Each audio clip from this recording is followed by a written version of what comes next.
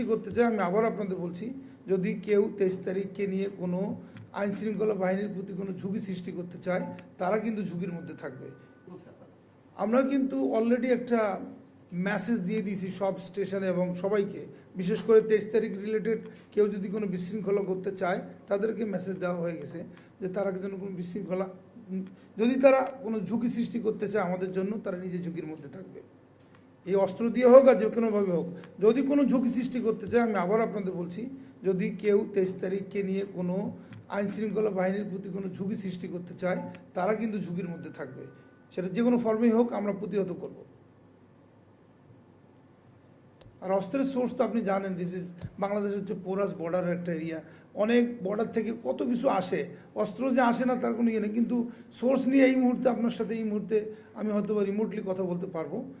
ধন্যবাদ আপনাকে। সময়ের সাথে সাথে দেখা দেয় নিত্য নতুন প্রয়োজন, রেডি থাকতে হয় প্রতি মুহূর্ত। তাই এলো ইনোভার, যেন আপনি লাইফে থাকেন রেডি প্রতিদিন। Innova, designed for now.